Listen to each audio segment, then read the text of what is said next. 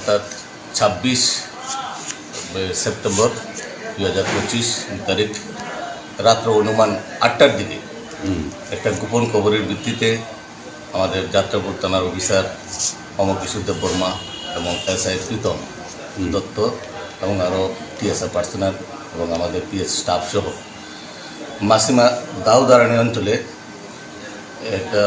একজন তার নাম কুরশেদ মিয়া এবং তার বাবার নাম আলকাস মিয়া, তার ঘরে আমরা সার্চ করে প্রায় 150টি বোতল ফেন্সিডিল আমরা উদ্ধার করতে পারছি এবং এগুলা সিজ করা হয়েছে। এবং এই কুরশেদ মিয়ার বিরুদ্ধে আমরা একটা এনডিপিএস মামলা আমাদের থানা রুজু হয়েছে। তো সে আমরা ইনভেস্টিগেশন চলছে এবং তার এই কাজের সাথে তার এই যে নেশা বাণিজ্যের সাথে কে কে জড়িত আছে এবং কার কাছ থেকে মালটা আনলো, কার কাছে বিক্রি করবে, সেগুলো আমরা সবটা বিষয় আমরা খতিয়ে দেখছি। ইনভেস্টিগেশন চলছে। এর আগেও এরকম আমাদের ড্রাগসের বিরুদ্ধে আমরা অভিযানে সফল পেয়েছি এবং আগামী দিনও এই ধরনের অভিযান জারি থাকবে।